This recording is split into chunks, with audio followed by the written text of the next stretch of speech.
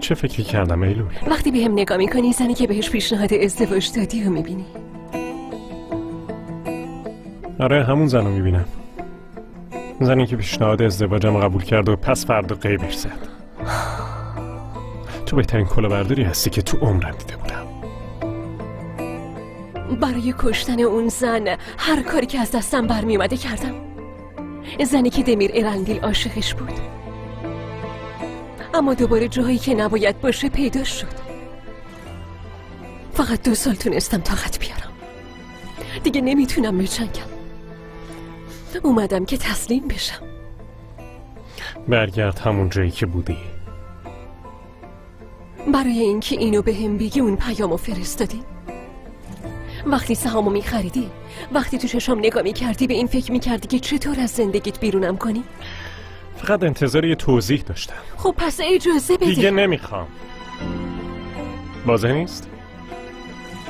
اینکه چرا رفتی، کجا رفتی، اونجا چی کار کردی دیگه اصلا برام مهم نیست. فقط چند ماهه که سهام شرکت رو خریدی. تو این مدت کوتاه چه اتفاقی میتونه افتاده باشه؟ همه چی.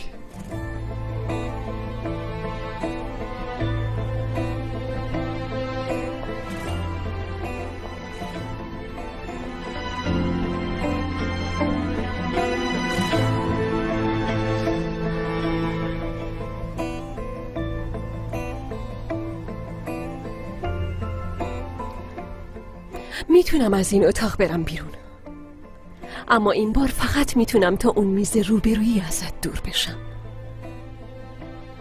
سهام بابامو خریدم، مدیر مالی جدیدت منم. میدونم ساده نیست که هر روز تو چشام نگاه کنی. خیلی سخته که هر روز تو رو ببینم. اولش یکم عذاب میکشیم، اما بعدش همه اون چیزایی که فراموش کردی دوباره یادت میاد. قول میدم.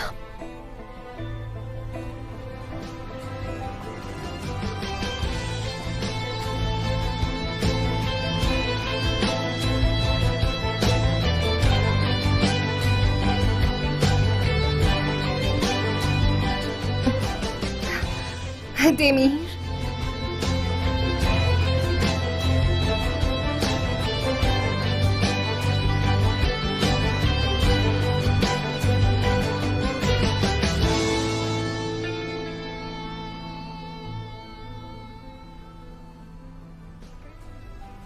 صبح بخیر. سلام، من لیروکس هستم. ایلول گندازاری. اسمتون رو شنیدم، معمار با استعدادی هستی. ممنونم خانم ایلول. من مزاحمتون نمیشم. نمیدونستم جلسه دارین دمیر خان. نه شما راحت باشین، من داشتم میرفتم. اول با بوراک خان حرف میزنم، بعدش با هم جلسه میذاریم. اونجا میبینمتون.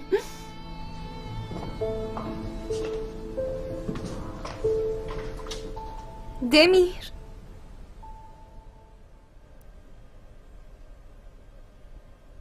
دمیر، ببخشید. میتونم چند لحظه بیام تو؟ البته.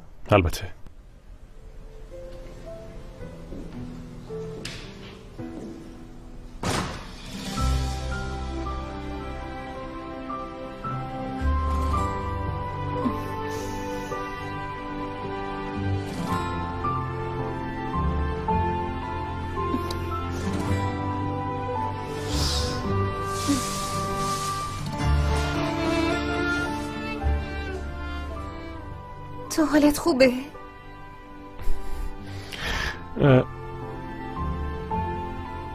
دیگه اینطوری از خونه نرو باشه.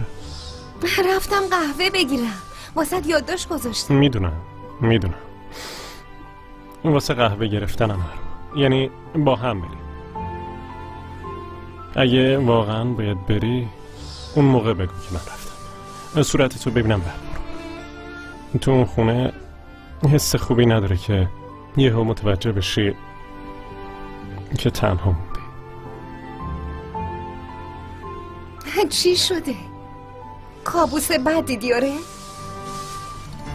یه چیزی مثل بهت گفتم که هیچ وقت از اون خونه نمیرم دمیر. نرو.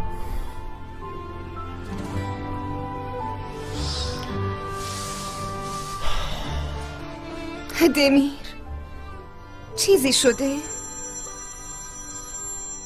ببخشید.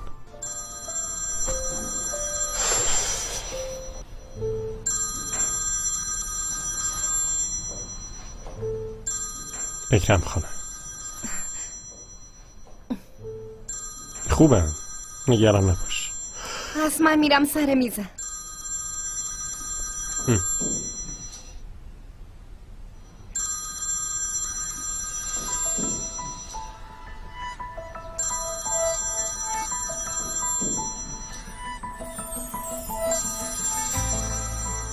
صبح خیر اکرم خان. بله یکم پیش اینجا بود. زودتر از شما اقدام کرده. آره بابا، خیلی خوشحالم که برگشتم. اسم این زنه دیگه کیه؟ ایلول گندزلی. باشه حواسم هست. داری جدی میگی؟ میدونی یه جورایی اسمش آشناست آره اما مشتریه؟ نمیدونم. باشه منم میبوسمت. جایی که پوشش داده چند متر مربعه؟ خدا نگهدار. آیدا میشناسی این زنه رو؟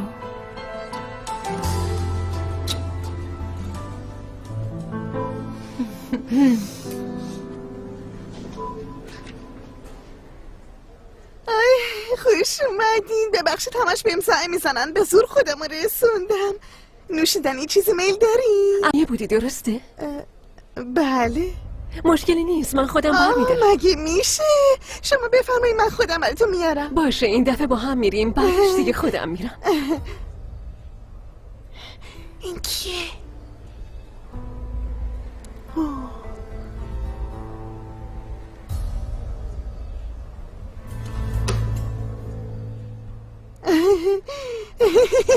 قهوه‌تون رو برداشتی؟ ببخشید. بله برک خان. بله اینجا هستم. بله برک خان. برک خان تو تراس منتظرتونم. تراس؟ از اون طرف. بابت قهوه ممنونم. خواهش میکنم. این زنه دیگه کیه؟ خیلی خوبه.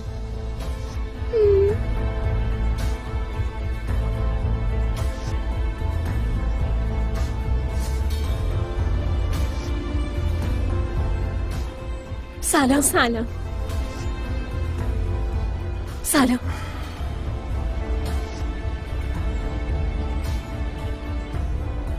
بالاخره تونستیم همدیگر رو ببینیم. اوراک یانگل. ایلول. بفرمایید.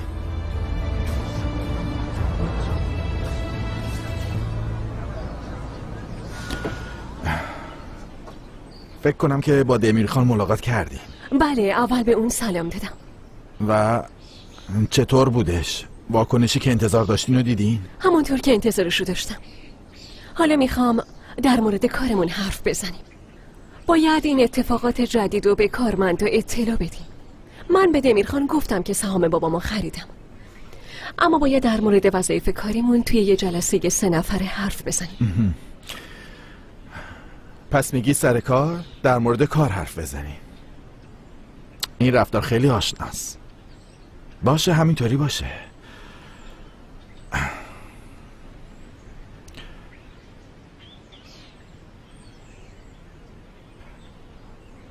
عزمیه جون لطفاً به همه بگو بیان اتاق جلسه. آره بچه های قسمت سازه هم بیان. البته که دمیر خانم باشه. خب دوستان، از امروز خانم ایلول با ما کار میکنه. سمت لازم ایشون نیست اینطوری معرفی میکنی برک خان. من خودمو معرفی میکنم. شاید نام خانوادگیم واسه بعضیاتون آشنا باشه. من دختر فکرت گندزلی از سهامداران شرکتم.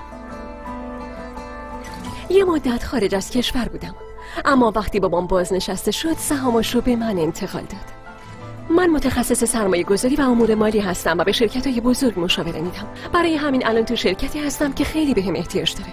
به خاطر اشتباهات گذشته و این تقسیم شدن شرکت امور مالی شرکت ضعیف شده، اما مطمئنم که با هم میتونیم حلش کنیم. راست شرکت مدیر مالی داشت. منم وقتی اشتباهاتی رخ میداد وظیفه‌مو انجام میدادم. اما میشه یکم شفاف سازی کنیم آیا که همه اشتباهات تقصیر من نبوده؟ فرخ بعداً در این مورد حرف. نه، هیچ مشکلی نداره. در اصل این جلسه رو واسه این برگزار کردیم که ابهامات رو شفاف سازی کنیم. اتفاقات زیادی توی این شرکت رخ داده.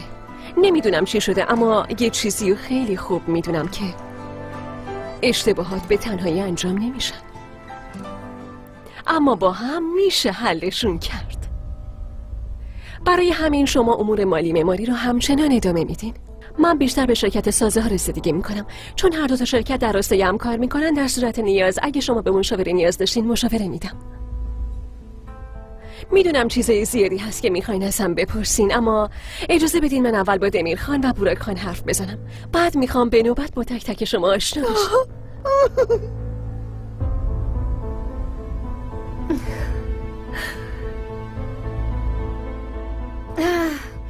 خب دوست دارین اول کیو ببینین؟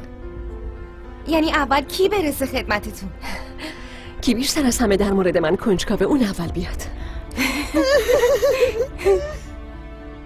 باشه، میبینمتون.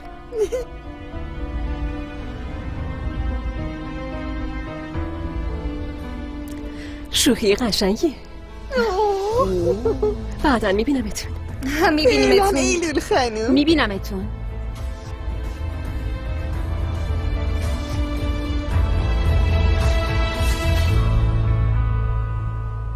تو اتاق دمیرخان ادامه بدیم؟ این کارو بکنیم، بریم ناهار، بعد بقیه جلسه هم اونجا ادامه میدی. هم یکم هوا میخوریم هم غذامونو میخوریم. فقط واسه این نهار من برنامه دیگه ای دارم. اگه امکانش هست وقتی برگشتیم شرکت جلسه رو برگزار. بعد از ظهر من جلسه دارم. باشه، من خودمو میرسونم. بفرمایید.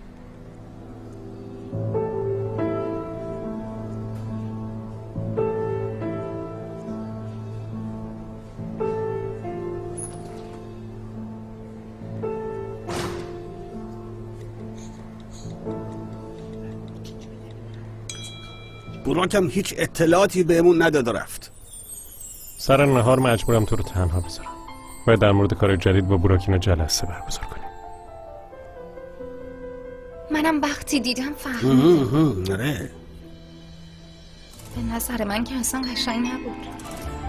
پس منم تعطیلی بعد از ظهرمو با دلتنگی میگذرونم. آره بعد همه چی به هم ریخته شده.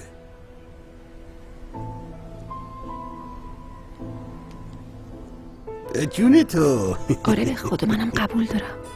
بچه ها یه چیزی بگم. زن خیلی با کلاسه، خیلی هم صمیمی، سرسنگیرم هست. خیلی خوشگله. دخترها قبول کنین که خیلی خوشگله. همه چیش خوبه، مدل لباس پوشیدنش، استایل وایسادنش، من به چی فکر میکنم اون وقت شماها چی میگین؟ چه میدونم استایل و خرت و پورت از این حرفا. اوف. زود باشین کار کنیم، زود باشین دیگه. ای بابا بجنبین. باز این قاطی کرد. مگه چی گفت بیچاره آخه؟ سلام ابراهیم جون. این چیه ابراهیم؟ تو رو خدا اینو ببر داخل. زود باش ببرش داخل. چی کار میکنی داداش؟ بیچاره رو ترسوندی. خب منم ترسیدم داداش، چیزی نگفتم. گاز نمیگیره نه؟ گاز نمیگیره، اما اگه بفهمه ترسیدی خب حتما. نه ترس نه، من یکم استرس گرفتم. تو هم لازم نیست همه چی رو به حیوان بگی. اون جایی چیزی نداره ببریش ببندیش. زود باش باید با هم حرف بزنیم. بیا پسرم. آره قربونت برم. آفرین پسر خوب. پسر با مزه. نمیپره که ها؟ بیا داداش. دوبله شده در استودیو جن. خوبی؟ خوبم خیلی خوبم. داداش بنیامین، این معاینات چی شد؟ یعنی تا اونجا که من میدونم به مردم وقت میدن و آدما میرن اونجا برای معاینه. اما تو اشتباه برداشت نکنی ها. خب راستش من تا حالا ندیدم که دکترها برن سر وقت مریضاشون. یعنی اینطوری خسته نمیشی؟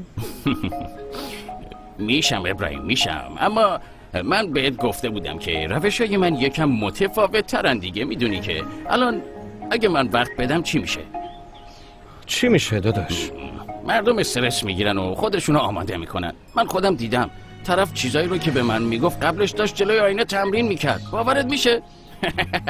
بهترین کار همینه که بدون آمادگی گیرشون بندازی. مثلا تو، من یهویی اومدم و یهویی میپرسم چی شد؟ چی شد؟ وقت نداشتی که بهونه ای سرهم کنی. برای چی باید بهونه سرهم کنم؟ نفهمیدم. یه لحظه. از تکالیفی که دادم زیاد خوشتون نیومده. چرا؟ جدی میگم چرا؟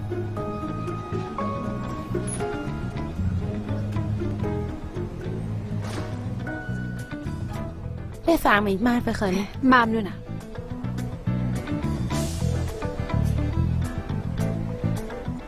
قبلا اینو حساب کتاب کردیم، برای همینم اصلا نیازی نیست. فکر کنم دقیقاً این یکی رو حل کنیم دیگه همه چی تمومه. های ممنونم. نوش جونت اصلا.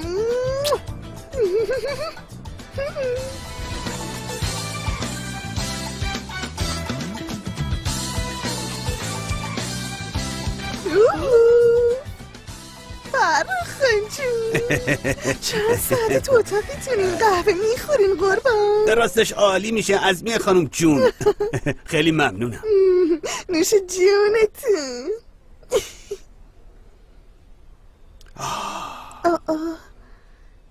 اینا چیه؟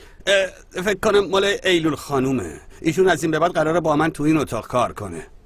از الان اشغال کردن رو شروع کرد. وای فرخان دختره که اتاقتون از دستتون نگرفته. شما خیلی عجیبینا. برای چی اینقدر قوره میزنین؟ اونم به زودی انجام میشه عزمیه خانم جون. ببینید کارمندا کم شدن، رئیسا زیاد شدن. من واقعا چی نمیفهمم. آخه این چه وضعشه؟ آره راست یعنی الان 3 تا رئیس داریم. گرچه ایلول خانم مثل رئیس رفتار نمیکنه. اتفاقا از اونی که مثل دوست رفتار میکنه باید بترسی. به نظرم این دفعه دیگه نابود شدی. مطمئنم که نابود شدی. ای بابا چی شده؟ من نمیفهمم. چی شده؟ لروکس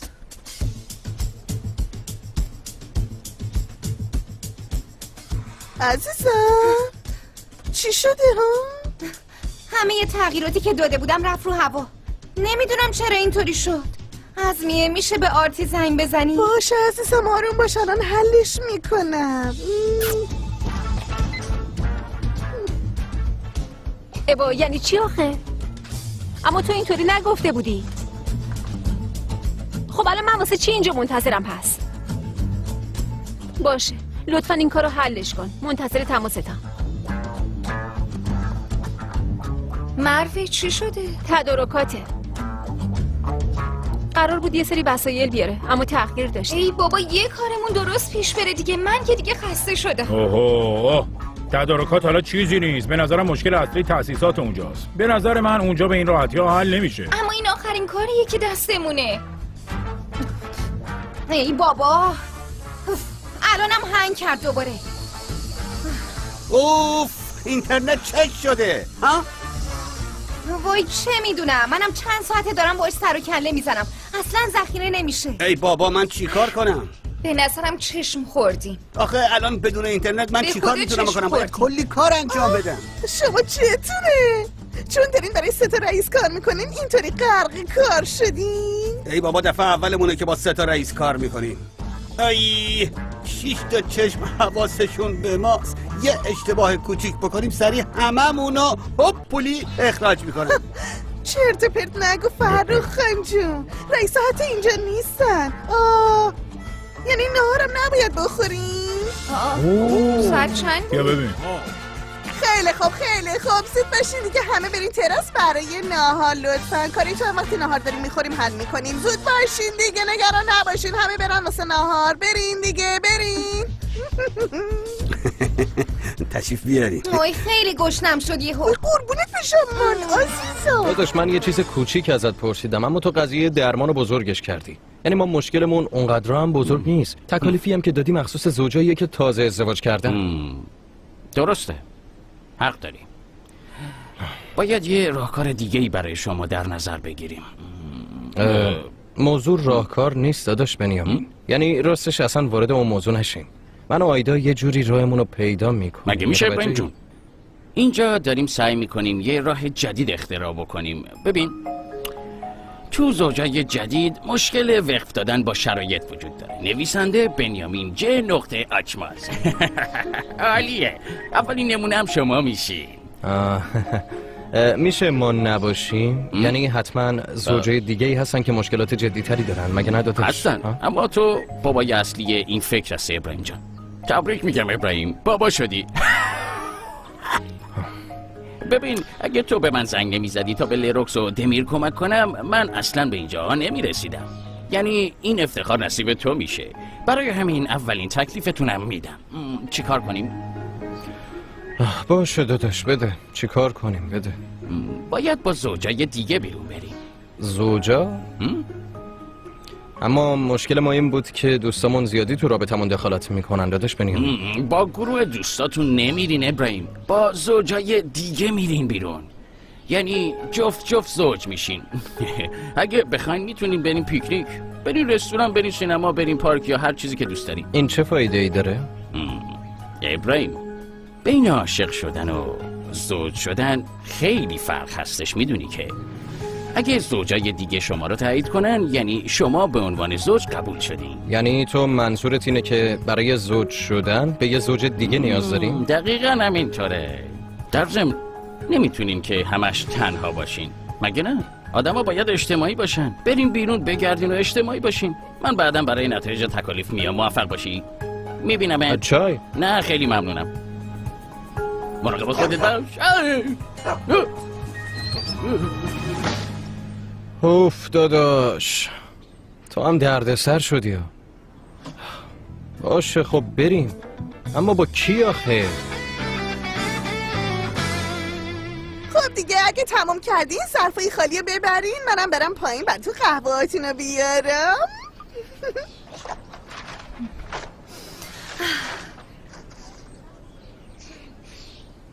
لروکس چرا به همون نگفتی ابراهیم مشاور فرستاده؟ چه مشاوری؟ چی شده؟ ابراهیم برای اینکه رابطه لروکس و دمیر درست بشه مشاور گرفته. مگه رابطه شما چند وقت شروع شده لروکس؟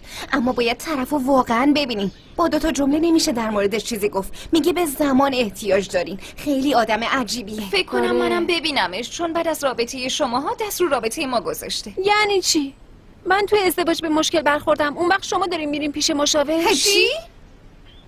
چی داره میگی عزیزم آخه؟ ببینین دخترها، از بس گریه کردم چشم پف کرده. مگه چقدر از ازدواج شماها گذشته آخه مروه؟ چی بگم؟ خب شده دیگه. ای بابا. همونطور که گفتین روغن زیتونش خیلی خوشمزه بودن. نوش جون.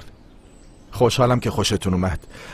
راستش من یه چند تا رستوران در نظر داشتم، اما چون شما وگان هستید اینجا رو انتخاب کردم.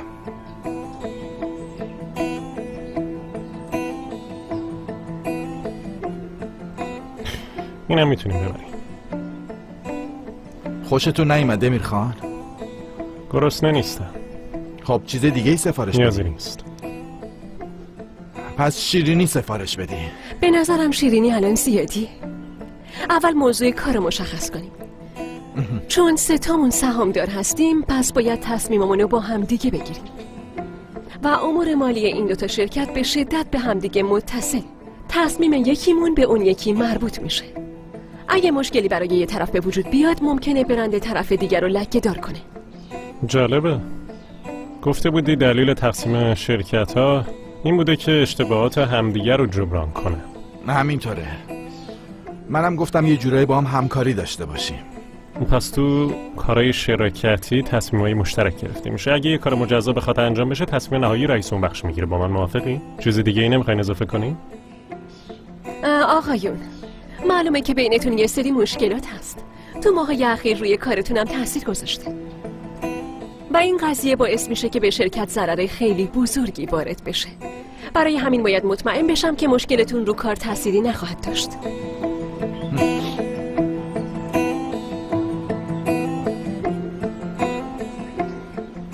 میگه نمیدونم کی برمیگردم. یعنی آدم نمیدونه کی برمیگرده؟ چه میدونم مثلا 2 هفته دیگه، 2 ماه دیگه، مگه میشه ندونه آخه؟ خب حتما نمیتونه آینده رو ببینه. یا سرخوشی نمیخواد برگرده. ای الان اونجا داره دست پخت مامان جونشو میخوره. اخ اخ اخ مگه دروغه؟ خب همه مردا غذاهای مامانشون رو دوست دارن، واسه اینکه زناشون ناراحت نشن میگن عشقم دست پخت تو بهتره و از این حرف. شما به زنتون اینطوری میگین فرخ خان جون؟ به زن سابقم. شما کی جدا شدین فرخ خان؟ ماه پیش بی سراتت تموم شد. 3 سوت طلاقم داد.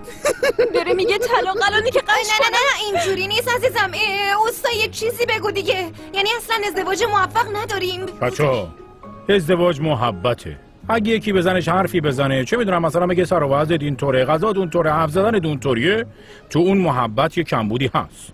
آره بگو اوستا، بگو بذار همه بشنون. راستش به خدا نمیدونم چرا هی کشش میده. هرچند گفت اگه با خانواده‌ام آشنا بشی رضایت میدن، گفت 1-2 روز بیا آنتالیا، اما حالا که اوضاع کاری اینطوریه من چجوری برم؟ خب آخر هفته برو. در ضمن مگه نمیخوای با خانواده برو آشنا بشی؟ آره خب میخوام. یه لحظه ببینم کدوم آخر هفته میخوای بری؟ خب آخر این هفته دیگه مگه نه؟ نمیشه. میخوای دست خالی بری؟ نه دست خالی نمیشه. خب یه چیزایی میخرم. اون که کاری نداره. اصلا ماسون نیست، سخت‌ترین کار دنیاست. بورا چند تا خواهر برادر داره؟ مامان باباش زنده‌ن؟ زنده‌ن. آره زنده‌ن. خدا عمر طولانی بهشون بده. زنده‌ن. 2 تا خواهر داره، یه دونه هم داداش. وای وای وای 2 تا خواهر شوهر، یه مادر شوهر. خدا بهت رحم کنه دختر، بیچاره شدی. چه میدونم لباسش بود، حولش بود. اوه باید سفارش بدیم مخصوص روش کار کنن. همه چی باید دقیق و حساب شده باشه. نمیتونی همینطوری بری از بازار خرید کنی یا با خودت ببری خونه اونا. چرا آخه؟ واقعا نمیشه. نه مگه چی میشه؟ خیلی خوبه. خواهرای شوهرم و مادر شوهرم ازم متنفر میشن. نه جونم.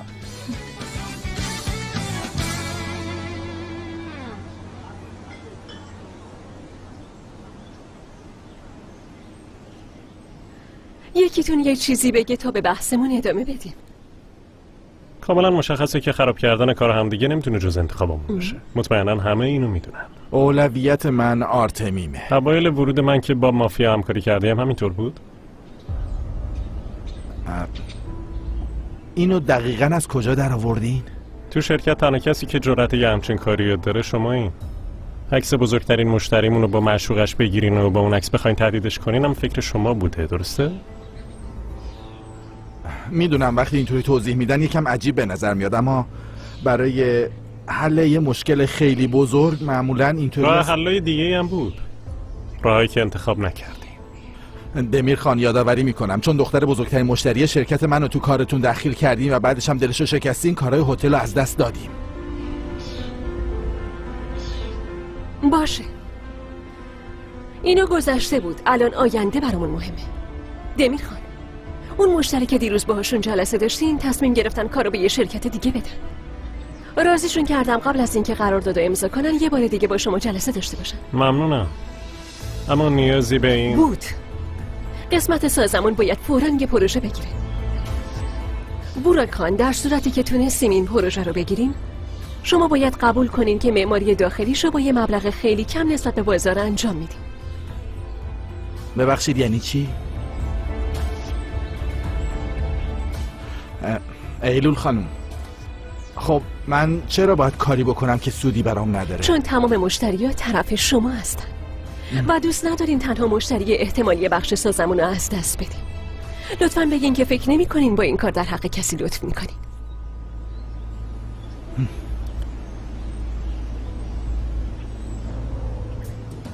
برای دمیر خان هر کاری از دستم بر بیاد انجام میدم. خیلی ممنون بوراک خان. خواهش میکنم دمیر خان.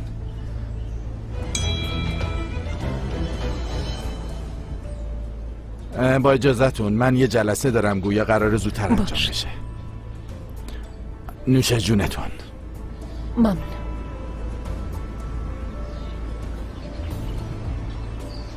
خب حالا که جلسمون تموم شد یه چایی بخوریم؟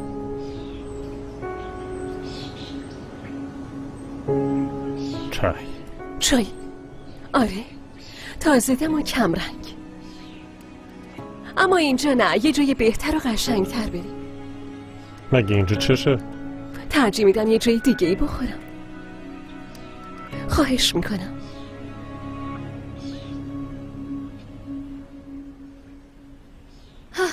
معرفه ببین گلدوزی. بذار ببینم. بزن صفحه قبل اینجا. اما اینم سفارش بعدیه، 15 روز طول میکشه. وای 15 روز خیلی زیاده. دخترا الکی دارین کلنجار میرین. مروه این پیراهن واسه مادر شوهرت چطوره؟ من که سایزشو نمیدونم. الان باید برای پدر شوهرش، داداشش و بورا هم یه چیزایی بخریم مگه نه؟ البته اما اونو باید از یه متخصصش بپرسیم مگه نه؟ من واسه خودم نمیتونم انتخاب کنم، چه برسه واسه 6 نفر دیگه بخوام انتخاب کنم. راستی مراقب باش، عقدتونم خبرشو نکردین. اگه هدیه هارم نپسندن دیگه نابود شدی. فرخ تا حالتو در میارم. خب اونا رو باید برا خبر میکرد جون همه ای بابا. نه اشتباهه. اینجور چیزا جلوی چشم فامیلای شوهر مقصر عروس میشه، حتی اگه مقصر نباشه. متاسفانه درسته. یعنی چی؟ واقعا اینجوریه؟ این کارا دیگه چه معنی داره؟ واقعا که بچه‌ها مگه اطراف شما کسی نیست که با تجربه باشه و از این چیزا سر در بیاره؟ منظورم اون دوتا خانومه. آره چرا از اونا نمیپرسیم؟ آره خاله لیلا و خاله فیروزه. میگه اونا خیلی خوب میدونن چی و از کجا براشون بخریم. میشه زنگ بزنی با هم بریم بازار خرید کنیم، همه چی رو آماده کنیم؟ تو رو خدا. من بهشون زنگ میزنم. زنگ خوب. الو فیروزه جون، فوراً به شما و لیلا خانم جون احتیاج داریم. واقعاً؟ برای چی؟ دوبله شده در استودیو جل. نه این کارا اونجوری با بازار رفتن حل نمیشه. تو بهتره دخترا رو برداری و بعد از کار بیاین پیش من خودم مشکلتون رو حل میکنم. چه خبره فیروزه؟